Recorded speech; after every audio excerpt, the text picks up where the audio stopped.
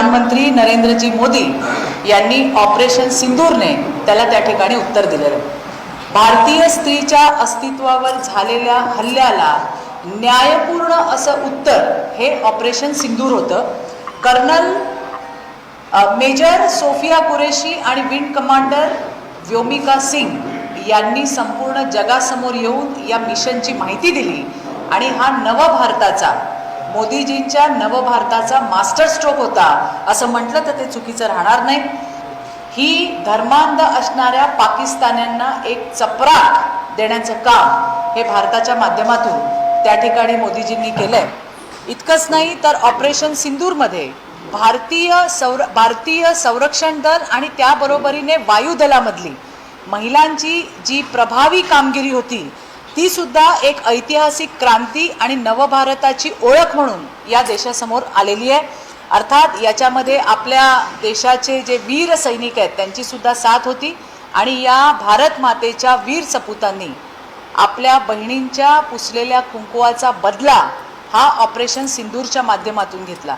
खरं तर या सगळ्या वीर जवानांना या सैनिकांना आमच्याकडनं अभिवादन, आमच्याकडनं वंदन, त्यांच्या शौर्याचा, त्यांनी त्या ठिकाणी केलेल्या धैर्याचा, त्यांच्या दृढनिश्चयाचा आम्ही त्या ठिकाणी वंदन त्यांना करतोय, त्यांना सलाम करतोय। त्याचबरोबरीने त्यांच्या मागे कणखरपणे उभे राहणारे देशाचे लोकप्रिय प्रधानमंत्री नरेंद्रजी मोदी यांचे सुद्धा आम्ही आभार मानतोय की मोदीजींनी रणभूमीवर झालेला हा ऑपरेशन सिंदूरचा विजय हा संपूर्ण देशातल्या मातृशक्तीला त्या ठिकाणी समर्पित केला आणि ऑपरेशन सिंदूर हे नाव त्या ठिकाणी मोदीजींनी सार्थक केले। ऑपरेशन सिंदूर यशस्वी झालं। आतंकवाद्यांचे, दहशतवाद्यांचे ज्या छावण्या होत्या त्या उद्ध्वस्त झाल्या आणि स्त्री शक्तीचा सुद्धा त्या ठिकाणी विजय झालाय।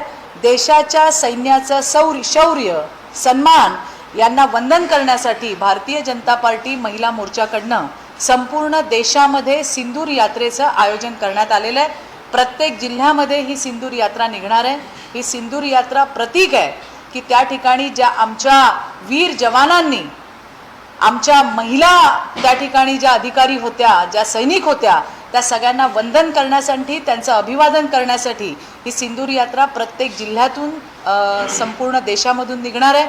मी स्वतः 21 तारखेला माजी मुख्यमंत्री असलेले अशोक चव्हाण यांच्या इथे नांदेडच्या सिंदूर यात्रेमध्ये सहभागी होणार आहे आणि संपूर्ण जिल्ह्यांमध्ये, संपूर्ण राज्यामध्ये ही सिंदूर यात्रा होणार आहे। याची माहिती देण्यासाठी आजची प्रेस होती। या संदर्भात जर काही प्रश्न असतील तर विचारा। सिंदूर यात्रेमध्ये फक्त महिलांचा सहभाग असणार आहे?